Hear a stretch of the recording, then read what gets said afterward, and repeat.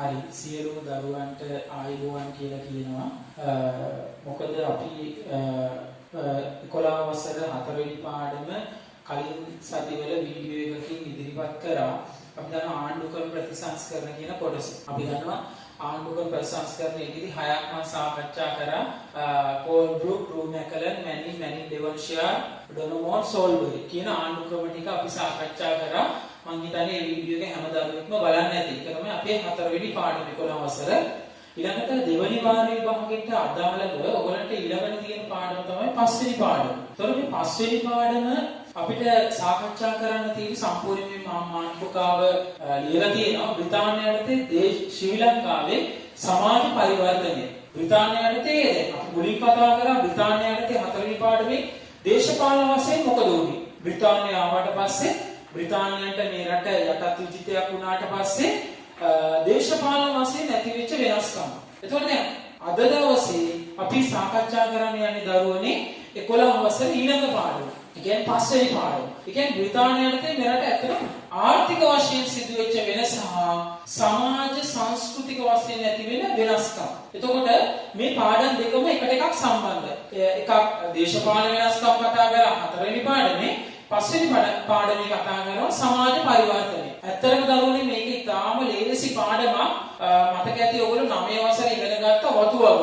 එතකොට වතු වගාව කියලා බ්‍රිතාන්‍ය හඳුන්වලා දීපු ආර්ථික වශයෙන් වාණිජ ආර්ථික ක්‍රමයක් යටතේ ඒගොල්ලෝ හඳුන්වලා දීපු වැවිලි භෝග ටිකක් අපි සාකච්ඡා කරලා තියෙනවා 9 වසරේදී. දැන් ඒ කොටසම මෙතනදී නැවත සාකච්ඡා කරලා ඒ හරහා සමාජ වශයෙන් සමාජ පරිවර්තනයක් ගැන සාකච්ඡා කරනවා. එතකොට දරුවනේ ඊටාම ලේසි පාඩමක්. ඔයගලට ඉදිගාන ප්‍රශ්න, රචනා ප්‍රශ්න සමහර අවස්ථාවල හැදෙන පාඩමක් මේක. මේක නම් අවධානය යොමු කරන්න ඕනේ. දැන් විභාගයේදී ඔයගොල්ලෝ දාන ඉදිගාන පේපර් එකේ ලකුණු 40 30ක්වත් ගන්න ඕනේ. නැත්නම් 30කට වැඩි වෙන්න ඕනේ. ඊටම පහසුවෙන් ඒ සාමාර්ථයක් ගන්න. එතකොට ඒ සඳහා වැඩ කරනකොට මේ හැම පාඩමකම අස්සක් මුල්ලක් නැර ඔයගලන්ට පාඩම් තියෙන්න ඕනේ. ඉතින් ඒක නිසා ඔයගොල්ලෝ විශේෂ අවධානයක් යොමු කරන්න මේ පාඩමට. මේ පාඩම මම මෙතෙන් සිට සාකච්ඡා කරගෙන යනවා. දැන් ළමයි අපි දන්නවා දැන් බ්‍රිතාන්‍යයේ මෙරට වතු වගාව කිව්වහම ඇත්තටම මේ බ්‍රිතාන්‍ය අපිට හඳුන්වලා දෙනවා මේ තේ, රබර්, පොල්, සින්කෝන, කොකෝවා කියන වැවිලි භෝග. එතකොට ඊට කලින් අපේ තිබ්බේ මොන වගේ ආර්ථික ක්‍රමයක්ද? අපි දන්නවා ස්වයං පෝෂිත ආර්ථික ක්‍රමයක් තිබ්බේ. හැමදේම ගෙවත්ත තුල තිබ්බා. නේ? ස්වයං පෝෂිත ආර්ථික ක්‍රමයක් තිබ්බේ. එතකොට මේ ආර්ථික ක්‍රමයේ තුල ගෙවත්ත තුල හැමදේම නිර්මාණය වෙනකොට මුදලේ වටිනාකමක් මිනිස්සුන්ට තිබ්බේ නෑ. ඉස්සර බාණ්ඩ හොමාරු කරගෙන වෙළඳාම් කරා. සමහර අවස්ථාවල මේගොල්ලෝ තමන් මුදල් දීලා බාණ්ඩ මිලදී ගන්න උත්සාහ කරෙත් නැහැ. ඒකට හේතුව තමන් වගා කර දේවල් දීලා තමයි මුස්ලිම් වෙළෙන්දන්ට තමන්ට ලුණු, කරවල, රෙදිපිලි ආදී ගත්තේ. එතකොට මේ වගේ ස්වයං පෝෂිත ආර්ථික ක්‍රමයක් මෙරට සමාජය තුල තිබ්බා. මේ ස්වයං පෝෂිත ආර්ථික ක්‍රමය යම් විදවැටීමකට ලක් වෙනවා බ්‍රිතාන්‍ය යුගයේදී. ඊට කලින් පෘතුගීසීනෝ මේ රටේ. ලන්දේසීනෝ. දැන් පෘතුගීසින් ඇවිල්ලා ළමයි මෙරට ආර්ථිකයේ ලොකු වෙනසක් කරන්නේ නැහැ. පෘතුගීසින් ඇවිල්ලා ලංකාවේ ඉබේ වැවෙන කුරුදු ටික කපාගෙන ගිහිල්ලා නැව් පටවන් ගිහිල්ලා ඒ රටවල් පොහොසත් වෙනවා. ඊට පස්සේ ලන්දේසීන් එනවා. අපි දැන් පෘතුගීසින් එන්නේ 1505 ලන්දේසීන් මුල්ම ජොරිසෑනස් මිල් බර්ජන් එනවා 1602 දී වගේ. ලන්දේසීන් පසු කාලෙ මෙරට බලය තහවුරු කරගත්තාට පස්සේ අර පෘතුගීසින් වගේම ලන්දේසියෝ මුල් කාලේ ලංකාවේ මුහුදුබඩ ප්‍රදේශවලට විතරනේ ඒගොල්ලෝ බලය සීමා වුණේ. ඒතකොට මුහුදුබඩ ප්‍රදේශවල ඉබේ වැවෙන කුරුදු ටික කපාගෙන ගියා. පසු කාලේ වෙනකොට ඒගොල්ලන්ට කපන්න කුරුදු ප්‍රමාණය අඩු වුණා. මේ නිසා ලන්දේසින් ගත්ත පියවරක් තමයි ළමයි අපිට කුරුදු වතු වගාව හඳුන්වලා දෙනවා. එතකොට ඉංග්‍රීසියෙන් නෙමෙයි අපිට මුලින්ම වතු වගාව හඳුන්වලා දෙන්නේ. ලන්දේසියෙන්. එතකොට ලන්දේසියෙන් හඳුන්වලා දීපු වතු වගාව අපි දන්න පසු කාලීනව බ්‍රිතාන්‍යය බැලුවා මේ පෘතුගීසි හා ලන්දේසීන් කුරුදු වලින් ලබපු ලාභය ඒගොල්ලෝ ලබා. එතකොට ලන්දේසීන් මොකද කරේ? ලන්දේසීන් කරේ මේ ලංකාවේ මේ ඉංග්‍රීසියෙන් කරේ ලංකාවේ වගා කරන්න පටන් ගත්තා. අර පෘතුගීසින් හා ලන්දේසින් වගේ.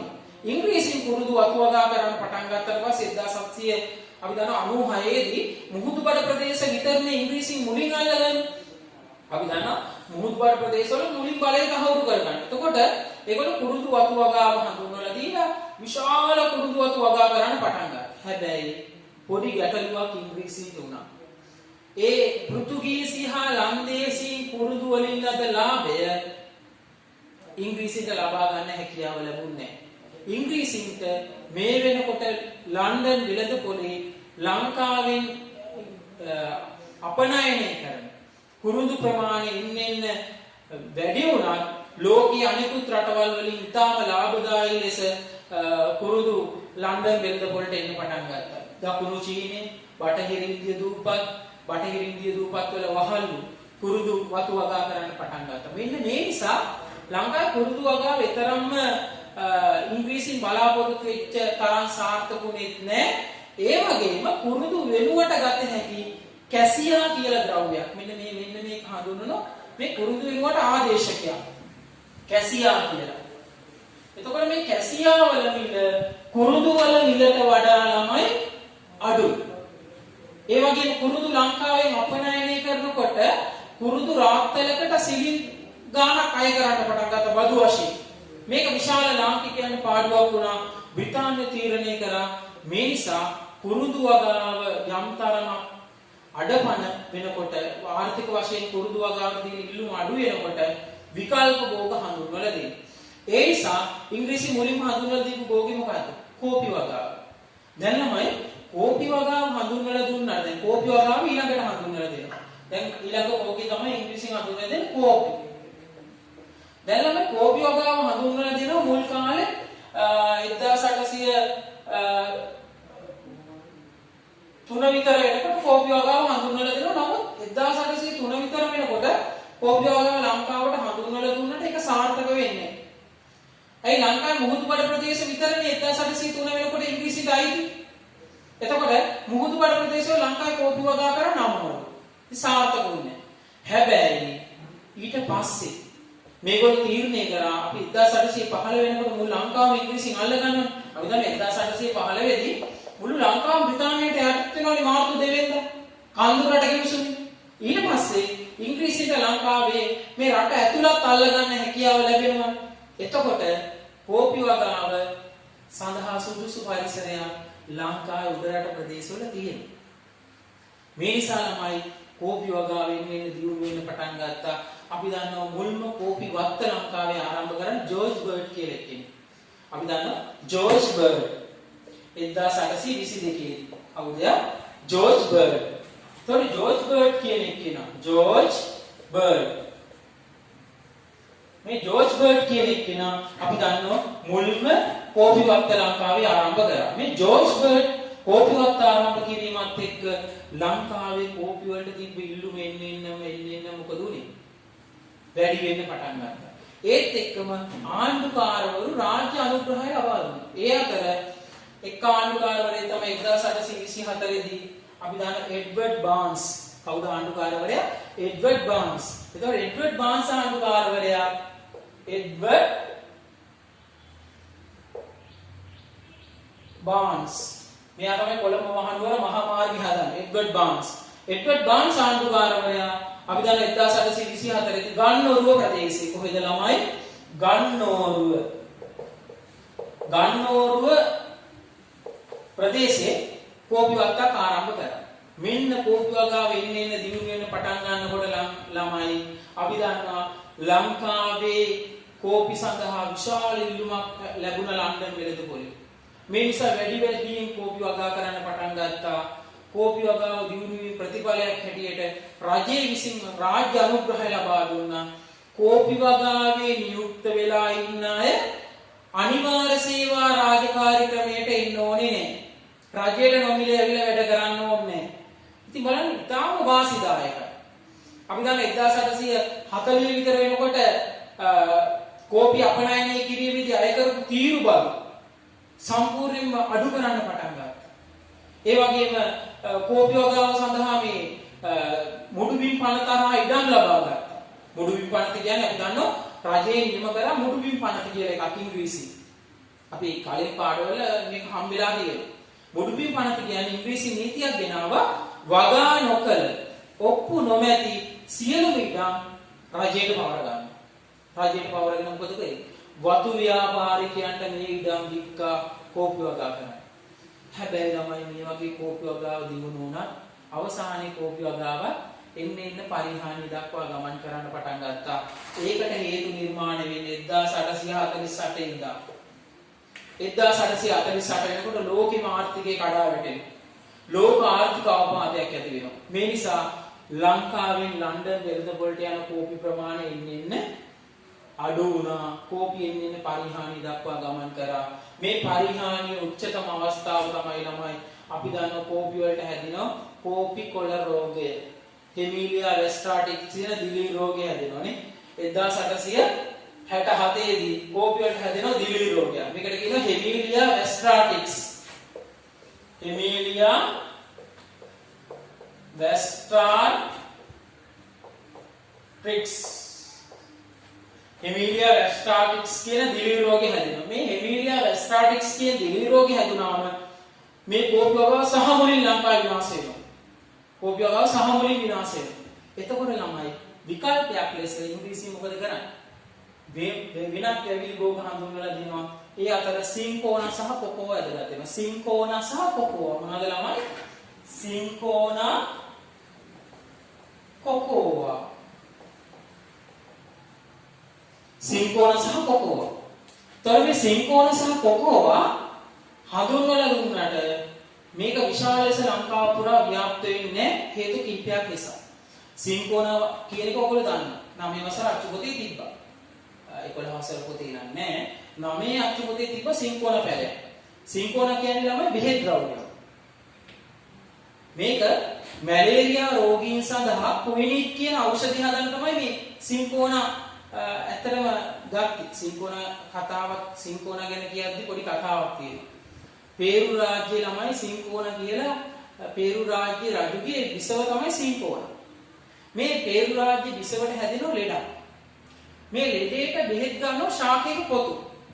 එතෙන් සිට මේ ශාකය හඳුන්වනවා මොකක් කියලාද? සින්කෝනා කියලා. එතකොට සින්කෝනා ගත්තේ ඇත්තටම මොනවද? මැලේරියා රෝගය සඳහා කුයිනික් කියන ඖෂධය. හදන මොන ඖෂධයද ළමයි? කුයිනික්. කුයිනික් කියලා. කුයිනික් කියන ඖෂධය හදන්න ගත්තා.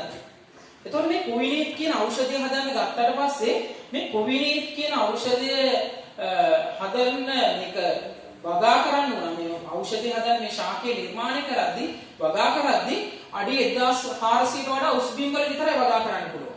તો ලංකාවේ හැමතැනම සින්කෝනා වගා කරන්න බෑ නම. අඩි 1400ට වඩා උස් බිම් වල. તો බලන්න මේක හැමතැනම වගා කරන්නත් බෑ. හැබැයි මේකට ඉල්ලුම තියෙන රෝගේ පවතින තාක්කල් විතරයි. එතකොට සින්කෝනා වගාව රෝගයේ පවතින තාක්කල් විතරයි ඉල්ලුම තිබ්බේ. රෝගයට පිළියම් හොයාගද්දී එන්නේ සින්කෝනා වලට තිබ්බ ඉල්ලුම අඩු වෙලා ගියා. මේකට විකල්පයක් ලෙස ඉංග්‍රීසියෙන් බැලුවා කොකෝ හඳුන්වලා දෙන්න. දැන් කොකෝ තමයි ලංකාවේ හැමතැනම වගා කරන්න බෑ. එකක් ගැටලුව. කොකෝ වගා කරන්න පුළුවන් උනේ මාතලේ මහනුවර කැලණිය වගේ ප්‍රදේශවල විතරයි කොකෝ වතු වගාවක් ලෙස සාර්ථක වෙන්නේ. දැන් මම කියන්නේ පැලයක් දෙකක් නෙවෙයි. දැන් සමහර ළමයි කිය අපේ ගෙදර කොකෝ ගහක් තියෙනවා කියන්නේ. එහෙම නෙවෙයි. කොකෝ ළමයි නේ. මම කියන වතු වගාවක් ලෙස. කොකෝ වගා කරනකොට ගැටලු ගොඩක් මුහුණ පාන සිද්ධ වුණා මේ වගාකරුවන් කොකෝ ගහට හෙවන සඳහා ඊට වඩා උස ගස් හිටවන්න උනා. ඒතකොට විශාල ගස් හිටවන්න සිද්ධ වෙනවා කොකෝ වගාට හෙවන දේ. ඒතකොට බලන්න මේක සාර්ථක වෙනවද? අනිත් එක්ක කොකෝ වලට හැදෙන කෘමි රෝගයක්. මේ නිසා කොකෝ වගාව ලංකාවේ සාර්ථක වෙන්නේ නැහැ. ඒකට විකල්පයක් ලෙස ඉංග්‍රීසියෙන් හඳුන්වලා දෙනවා තේ වගාව. මම හිතන්නේ ඉංග්‍රීසියෙන් හඳුන්වලා දීපු හොඳම විකල්පය. අද අපේ රටේ විදේශ විනිමය වෙන වාණිජ භෝගයක් නේ. වාණිජ භෝගයක් තේ වගාව. තේ පැලේ මුලින්ම රෝපණය කරන්නේ 1839. බලන්න මුලින්ම තේ පැලේ ලංකාව රෝපණය කරලා තියෙන ළමයි 1839 තේ පැලේ. ජේම්ස් ටේලර් කියන එක කවුද? James Taylor. James Taylor. James Taylor තේ පැලය ලංකාවට හඳුන්වලා දීලා මේක රෝපණය කරනවා පේරාදෙණිය උද්භිද උද්‍යානයේ නුවරඑළිය මේ හග්ගල උද්භිද උද්‍යානයේ සහ නුවරඑළිය රජගෙදර. පේරාදෙණිය උද්භිද උද්‍යානයේ නුවරඑළිය රජගෙදර හග්ගල උද්භිද උද්‍යානයේ අදත් පේරාදෙණිය උද්භිද උද්‍යානයේ තේ පැලේ දක්නට ලැබෙනවා. ඒ කියන්නේ ඊටාම මේ ආරක්ෂිතව අදත් ඒක පරිස්සම් කරගෙන තියෙනවා. ඒක හැමෝටම බලන්න පුළුවන්. එතකොට තමයි මෙන්න මේ තේ වගාව ලංකාවේ ව්‍යාප්ත වෙන පටන් ගන්න ඉඳන් සිට. මුල්ම තේ වත්ත ආරම්භ කරන්නේ ජේම්ස් ටේලර්මයි 1867 දී. ඒ මහනුවර හේවාහැට ලූල් කඳුර වතු යායේ. කොහෙද? මහනුවර හේවාහැට ලූල් කඳුර වතු යායේ. අපි දන්න මුල්ම තේ පැලය රෝපණය කර ස්ථානයේ අපි කිව්වා මේ තේ වත්ත ආරම්භ කරන තැන මහනුවර හේවාහැට ලූල් කඳුර වතු යාය. මහනුවර හේවාහැට ලූල් කඳුර වතු යාය තමයි මුල්ම තේ වත්ත ආරම්භ කරන්නේ. එතෙන් සිට ළමයි ලංකාවේ තේ වගාවට එන්න ඉල්ලුම වැඩි වෙනවා. එහි ප්‍රතිඵලයක් හැටියට අපි දන්නවා 1886 දී ලංකාවේ වගා කරන තේ ප්‍රමාණය අක්කර 1,64,000ක් දක්වා වැඩි වෙනවා. විශාල තේ වගා මුලින්ම තේ අක්කර කිහිපයයි ආරම්භ වුණේ. තේ අක්කර 15ක් 10ක් වගේ ආරම්භ වෙච්ච එක 1886 වෙනකොට 67 ආරම්භ වෙලා 86 වෙනකොට 1,64,728ක් දක්වා ලංකාවේ වගා කරපු තේ වතු ප්‍රමාණය වැඩි වෙනවා. අක්කර ප්‍රමාණය වැඩි වෙනවා. එතකොට ළමයි තේ වගාව ඉතාම සාර්ථක වෙනවා. ලංකාවේ තේ වලට තිබ්බ ඉල්ලුම එන්න වැඩි වුණා. ඒකට හේතුව තමයි ලන්ඩන් වෙදපොලේ ලංකාවේ තේ වලට තිබ්බ ඉල්ලුම ඉතාම වැඩි වෙන්න පටන් ගත්ත. ඒකට හේතුව තමයි උසස්ම තේ නිෂ්පාදනය කරන රටක් වුණා ලංකාව. අදත් එහෙමයි ඉස්සරත් එහෙමයි මුල් කාලේ මේකට විශාල ඉල්ලුමක් ලැබුණා. ඒ වගේම දකුණු ඉන්දියානු ශ්‍රමිකයෝ ගෙනල්ලා අඩු වැටුපකට තේ වතු වල වැඩ කරගන්න ඉංග්‍රීසියෙන් කටයුතු කරා. ඉතාම අඩු වැටුපකට. එතකොට ඒගොල්ලෝ වැඩ කරනවා විශාල ලෙස අඩු වැටුපකට තමන්ගේ ශ්‍රමය සැපයුවා මේ දකුණු ඉන්දියානු ශ්‍රමිකයින්. එතකොට මේ දකුණු ඉන්දියානු ශ්‍රමිකයින් ශ්‍රමය සපයනකොට ළමයි ලංකාවේ වගා කරන තේ ප්‍රමාණය එන්න වැඩි වුණා. බණ්ඩාරවැල නුවරඑළිය ගත්තාම අපි දන්න වැඩිපුර වෙන්නේ සිංහල අයද මේ තේ වතු වල වැඩ කරන්නේ දෙමළන්. ඒ අර ගෙනාපු දකුණු ඉන්දියානු ශ්‍රමිකයෝ. අදත් ඒගොල්ලෝ පරම්පරාගතව මේ තේ වතු වල වැඩ කරනවා. ඊළඟට ලංකාවේ තේ වගාව දිනුන 1925. අපි දන්න තලව කැලේ තේ පරීක්ෂණාගාරයක් ආරම්භ කරා. තලව කැලේ තේ පරීක්ෂණාගාරයක් ආරම්භ කරා. ඒත් එක්කම ලංකාවේ තේ වගාවට තිබ්බ ඉල්ලුම එන්න වැඩි වෙන්න පටන් ගත්තා. ලෝකයේ අපි දන්නවා බටහිර ඉන්දිය දූපත්වල වගේ වහලුන්ට නිදහස දෙනකොට ඒගොල්ලන්ගේ නිෂ්පාදනය කරපු ඒ තේ වගාවන් එන්න අඩපණ වුණා. මේ නිසා ලංකාවේ තේ වලට ඉල්ලුම වැඩි වුණා. ඊට පස්සේ ඉංග්‍රීසියෙන් බලලා තවත් වාණිජ්‍යයෙන් ලංකාවේ වාසිදායක තත්ත්වයක් උදා කරගන්න මේගොල්ලෝ හඳුන්වලා දෙනව මොනවද? පොල් වගාව. දැන් පොල් පැලය හැබැයි ළමයි මතක තියාගන්න ඉංග්‍රීසියෙන් හඳුන්වලා දීපු එකක් නෙවෙයි. පොල් පැලය ලංකාවේ තිබ්බා. අපි දන්න දඹදෙණි යුගයේදී දෙවන පරාක්‍රම බහුව රජු පුත්තලේ ඉඳන් දඹදෙණිය දක්වා හලාවත දක්වා පොල් වතු ඇති කරනවා. එතකොට මේ පොල් වතු කියන එක අපිට අලුත් දෙයක් නෙවෙයි. හැබැයි පොල් වාණිජ්‍ය භෝගයක් කරන්නේ කවුද?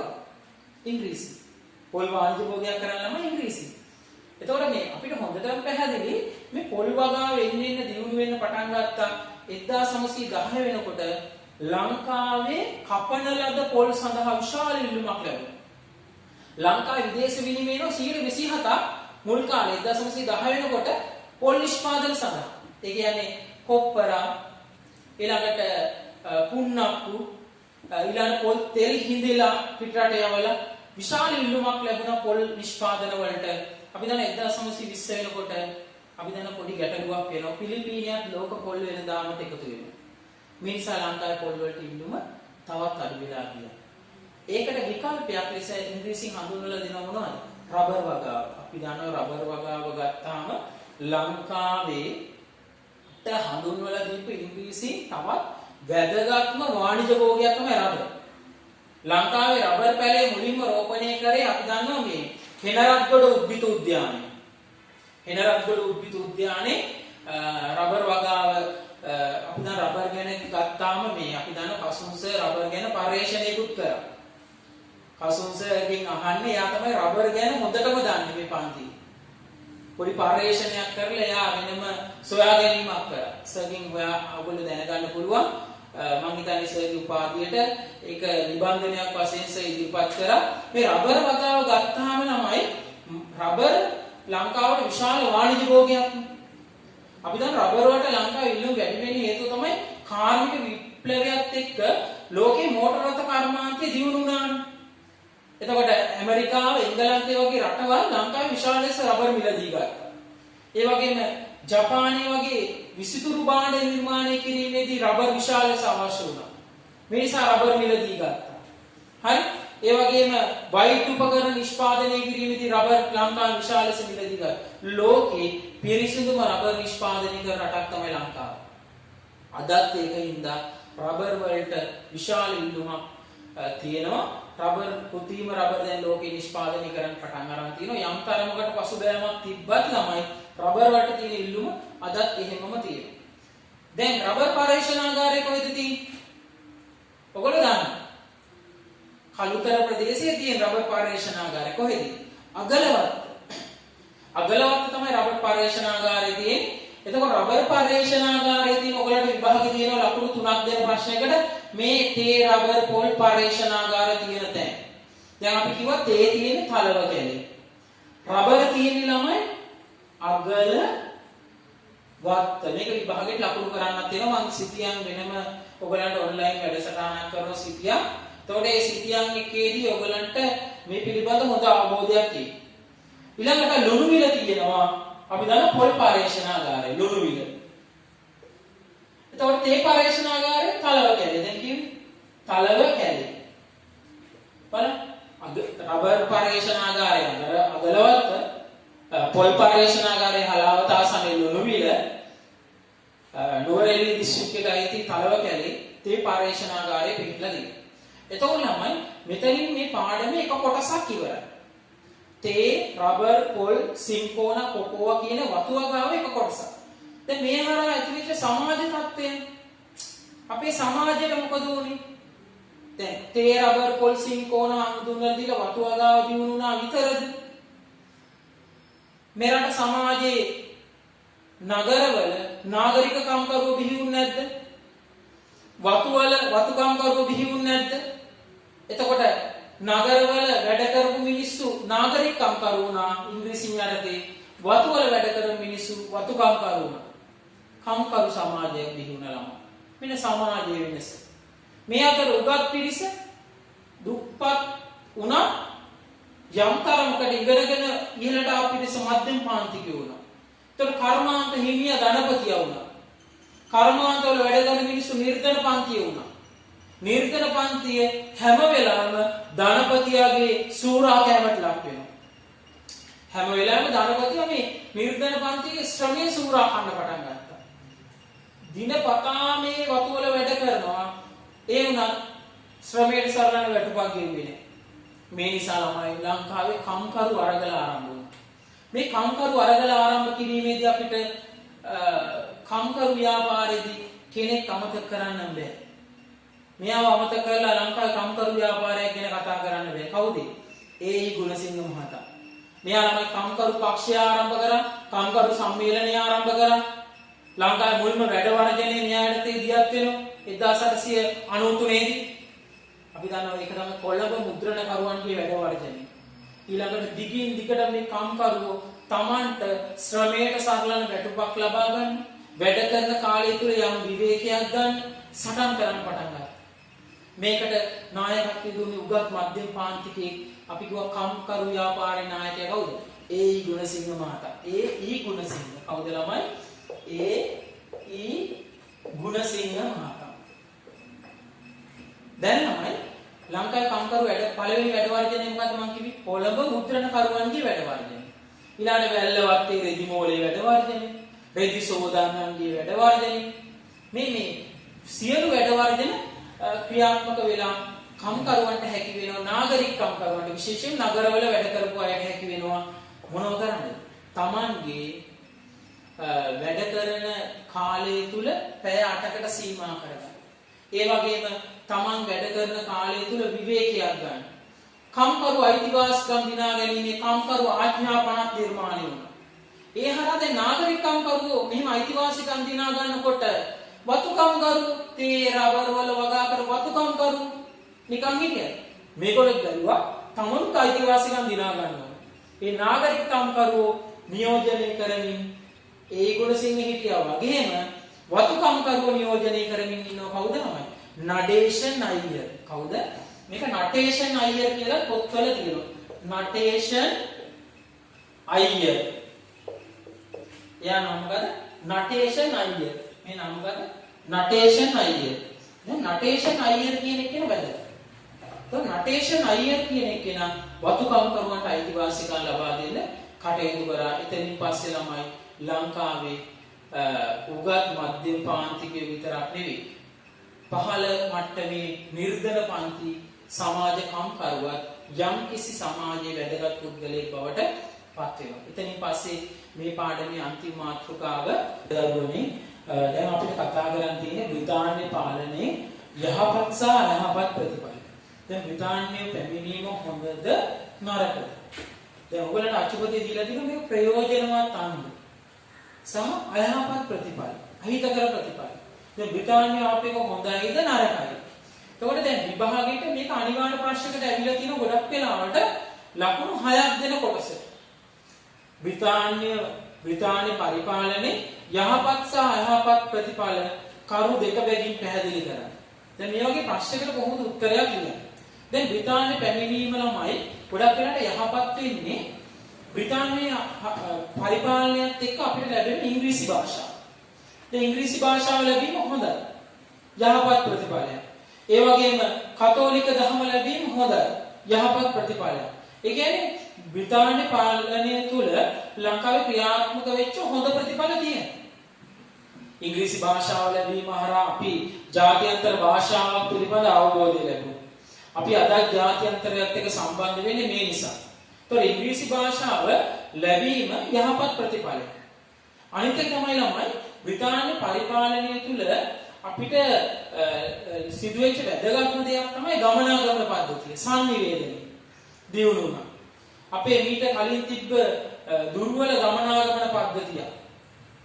ගිරි දුර්ග, වන දුර්ග, ජල දුර්ග ආශ්‍රිතව ඊටාම මේ දුර්වල ගමනාගමන පද්ධතියක් තමයි අපිට තිබිලා තියෙන්නේ. ඒතර මේක හොඳටම පැහැදිලි වෙන්නේ එඩ්වඩ් බාන්ස් ආණ්ඩුකාරවරයා කොළඹ මහනුවර මහා මාර්ගය හදන්න කලින් හරි සාමාන්‍ය මිනිස්සෙක්ට කොළඹ ඉඳන් මේ මහනුවර ඉඳන් කොළඹට එන්න දින 30ක් යනවා. ඒතර බලන්න හිතා ගන්න මහනුවර ඉඳන් කොළඹට එන්න දින 30ක් යනකොට අපේ පැවතිච්ච ගමනාගමන පද්ධති මේවා සම්පූර්ණයෙන් වෙනස් වෙනවා. බ්‍රිතාන්‍ය පැමිණීමත් එක්ක ගමනාගමනේ දියුණු වුණා. ඒකට ගමනාගමනේ දියුණු කරන්නත් හේතුව තමයි මහනුවර ප්‍රදේශයේ ආකරමින් ගමනාගමන පද්ධති නිර්මාණය කරන්න ඕනේ. ඒගොල්ලෝ වතුවගාව දියුණු කරන්න. ඒ වතුවගාව දියුණු කිරීමේ අරමුණින් ගමනාගමන පද්ධතිය දියුණු වුණත් ඒක ලාංකිකයන්ට වාසිදායක වුණා. අද ඒ ප්‍රයෝජනෙට අපි ගන්න මේ මහා මාර්ග පද්ධතිය ඒ විදිහටම නේ. ඒතකොට ඊට අමතරව දැන් බ්‍රිතාන්‍ය පරිපාලනයේ හොඳ ලක්ෂණයක් තමයි ලංකාවේ කුල ක්‍රමය නැති කරන. දැන් ඉංග්‍රීසියෙන් කිව්වා කුලය අනුව නෙමෙයි රැකියාව හිමි වෙන්න ඕන. මිනිස්සුන්ගේ උගත්කම මත. දැන් බලන්න අපේ සම්ප්‍රදායික අතීත සමාජයේ මුල් බැසගෙන හිටියනේ කුල ක්‍රමය කියන එක. කුල ක්‍රමය මිනිස්සු හරියට ගණන් ගත්තානේ නේ. කුලය අනුව තමයි රැකියාව හිමි වෙන්නේ. කර්ණවැලි කුලේ ළමයි කියනවනේ හැමදාම කොණ්ඩ කපනවා. බරාවේ කුලේ ළමයි කියනවනේ හැමදාම මැටි වලම් හදනවා. මේ එන්නේම මිනිස්සු මේ කුල ක්‍රමය අනුව තමයි සමාජ ක්‍රමය සකස් කරගෙන හිටියේ අතීතේ. ඉංග්‍රීසියෙන් ඇවිල්ලා හොඳ දෙයක් කරා. කුලය අනුව නෙවෙයි රැකියාව හිමි වෙන්න ඕනේ. උගත්කම මත කියලා සමාජය තුල වෙනසක් ඇති කරේ ඉංග්‍රීසි. දැන් මම ඉංග්‍රීසියෙන් පරිපාලන හොඳ ලක්ෂණ කියන්නේ. දැන් ඉංග්‍රීසියෙන් කරපු හොඳ දෙයක් තමයි ළමයි ලංකාවට වැඩි ඉන්දියාව. ඉන්දියාවේ සති පූජාව තහනම් කරනවා. සති පූජාව කියන්නේ මොකක්ද? ස්වාම පුරුෂයා මිය ගියහම භාර්යාව ගිනිසයට පයින්න ඕනේ. පැන්නේ නැත්නම් උස්සන් ගිල ගන්න. දාලා මේ ලොකු පොළු වලින් අල්ලන් ඉන්න පිච්චෙනවා. ගොඩක් වෙලා ළමා විවාහයේදී අවුරුදු 12ක විතර ළමයාත් එක්ක විවාහ වෙන අවුරුදු 75ක 65ක මිනිස්සෙක්. ඒ මිනිස්සයා මිය ගියාට පස්සේ ඊට පස්සේ අර පොඩි දරුවව ගිනිසයට දානවා. මෙන්න මේ වගේ කුල ක්‍රමය සහ සති පූජා වගේ තිබ්බ නොදියුණු සමාජ තත්ත්වයන්, ගෝත්‍රික සමාජ තත්ත්වයන් ඉවත් කරන්නේ කවුද? ඉංග්‍රීසි. ඇත්තටම ඉංග්‍රීසි මෙරට සමාජය තුළ ඒ වගේ හොඳ ලක්ෂණ ගොඩක් ඇති කරනවා. ඒ වගේම අපේ සමාජයේ යම් තරමක් ශිෂ්ට සම්පන්න සමාජයක් කිරීමේ යම් පුරෝගාමී තත්ත්වයක් ඉංග්‍රීසියට තියෙනවා. හරි. එතකොට ඉංග්‍රීසියෙන් ළමයි මෙරට වතුවගා හඳුන්වලා දීමත් ඉංග්‍රීසියෙන් අපේ රටට කරපු හොඳ යහපත් ලක්ෂණයක්. ඒකට හොඳට පැහැදිලි වෙන්නේ අද අපි විදේශ විනිමය ගන්න ප්‍රධාන මාර්ග තමයි තේ, රබර්, පොල්. මේ වාණිජ භෝග ක්‍රමය අපිට නිර්මාණය කරලා දුන්නේ කවුද? ඉංග්‍රීසි. ඒ වගේ ඒ අපනයන වැවිලි භෝග හඳුන්වා දීම හොඳයි. ඒ වගේම මහා පරිමාණ කර්මාන්ත ශාලා අපිට හඳුන්වලා දෙනවා. කර්මාන්ත ශාලා ක්‍රමය. මේවා බ්‍රිතාන්‍යයේ පැමිණීමේ හොඳ ලක්ෂණ. සංනිවේදනයේ දියුණු වීම. ඊට අමතරව බ්‍රිතාන්‍යයේ පැමිණීමත් එක්ක මේ සමාජය තුළ ඇතිවෙච්ච අහිතකර ප්‍රතිඵල මොනවද? එකක් තමයි මත්පැන් භාවිතය සහ මත්ද්‍රව්‍ය භාවිතය. බ්‍රිතාන්‍ය පැමිණීමත් එක්ක මෙරට සමාජය තුළ අපි දන්න සුරාසැල්ල ආරම්භ වුණා. අපි දන්න 1912 දී සුරාබදු පනත ගිහින් මේකනේ. හැම ගමකටම සුරාසැල්ල ඉංග්‍රීසියෙන් ආරම්භ කරනවා. එතකොට මේ සුරාසැල්ල ආරම්භ කිරීම හරහා සමාජයට හොඳයි. සමාජයට අහිතකර. සුරාසැල්ල ගිහලා ඒ මිනිස්සයා ඊනට යනවා. මම කොයි හරි වැටලා ඉන්නවා. එතකොට මේ සුරාසැල්ල ආරම්භ කිරීමත් එක්ක සමාජයට අහිතකර ලක්ෂණ නිර්මාණය වෙනවා. ඒක අයහපත් ප්‍රතිඵලයක්. හරි. ඊට අමතරව ගොඩක් වෙලාවට දේශීය සංස්කෘතිය විද වැටුණා. ඉස්සර අපිට තිබ්බ උසස් සංස්කෘතිය. දැන් අපේ සංස්කෘතිය අහුවත් අපි කියන්නේ ගමයි පන්සලයි ගවයි දාගෙම. හෙළ සංස්කෘතිය බැඳිලා තියෙන ඒවත් එක්කනේ. නේද? ඒ සංස්කෘතිය වෙනස් වුණා. ඉස්සර කෙනෙක් ගෙදරට එනකොට වඳිනවා. ආයි යනකොට වඳිනවා. ආයිබෝවන් කියනවා. නේ? අපේ සංස්කෘතිය. වැඩිහිටියෙක් දැක්කම එයාට ගරු කරලා පහත් තැනක ඉඳ ගන්නවා. සමහරට ගෙදර අම්මයි තාත්තයිත් එහෙමයි. තාත්තා ඉන්න තැන අම්මා ඉහළ තැනක වාඩි වෙන්නේ නැහැ. සමහරවිට තාත්තා කෑවට පස්සේ තමයි අම්මා බත් බෙදාගෙන කන්නේ. එහෙම අපිට උරුම වෙච්ච ගැමි සංස්කෘතියක් තිබ්බා. සාමූහිකයි. එනේ සංස්කෘතිය විදිහට අපි දන්න හේනට ගිහිල්ලා පවුලම එනවා ගෙදරට. ඇවිල්ලා එකට ආහාර ගන්න. දැන් මේ අපේ සංස්කෘතියනේ. දැන් මේ සංස්කෘතිය තියනවාද මිනිස්සු යාන්ත්‍රීකරණය වෙලා නැද්ද? මෙන්න මේ වාණිජ ආර්ථික ක්‍රමයත් එක්ක අපේ දේශීය සංස්කෘතිය විදවැටෙන්න පටන් ගත්තා. ඒ වගේම ගම් සභාව කියන ආයතනය තමයි ඉස්සර ගමේ පොඩි පොඩි ආරවුල් විසඳුවේ. මේ ගම් සභාව කියන ආයතනයේ ළමයි බිය කියන්න පටන් ගත්තා. නැති වෙලා යන්න පටන් ගත්තා. ඒ වගේම අපේ සමාජය තුළ ඉඩම් අහිමි ජනතාවක් බිහි වුණා. ඇයි? අර මුඩුබිම් පනතා රහ ඉංග්‍රීසියෙන් වගා නොකළ ඔප්පු නොමැති සියලු ඉඩම් බලෙන් රජයට ගත්තාම සමහර මිනිස්සුන්ට ඉඩකඩම් අහිමි වෙලා පාරට බහින්න වුණා. එතකොට මේගොල්ලෝ බ්‍රිතාන්‍ය සමහර මිනිස්සු මේ බ්‍රිතාන්‍ය යටතේ ඒගොල්ලන් ඉඩම් වල වැඩ කරගෙන ඒකේ කුලියට ජීවත් වෙන්න පටන් ගත්තා. එතකොට එහෙම සංස්කෘතියක් අපේ අතීතයේ තිබෙන්නේ නැහැ. ඔන්න ඉඩම් අහිමි ජනතාවක් මේ රටේ නිර්මාණය වෙන්න පටන් ගත්තා. එතකොට මෙන්න මේ පාඩමේ අපි අවසන් කරන්න හදන්නේ මෙන්න මේ කොටසින්. එතකොට බ්‍රිතාන්‍ය පාලනයේ යහපත් සහ අයහපත් ප්‍රතිඵල මෙතනින් මේ කොටසින් ඔයගලන්ට යම්කිසි අවබෝධයක් එන්නේ නැති සියලු දෙනාටම ආයුබෝවන්.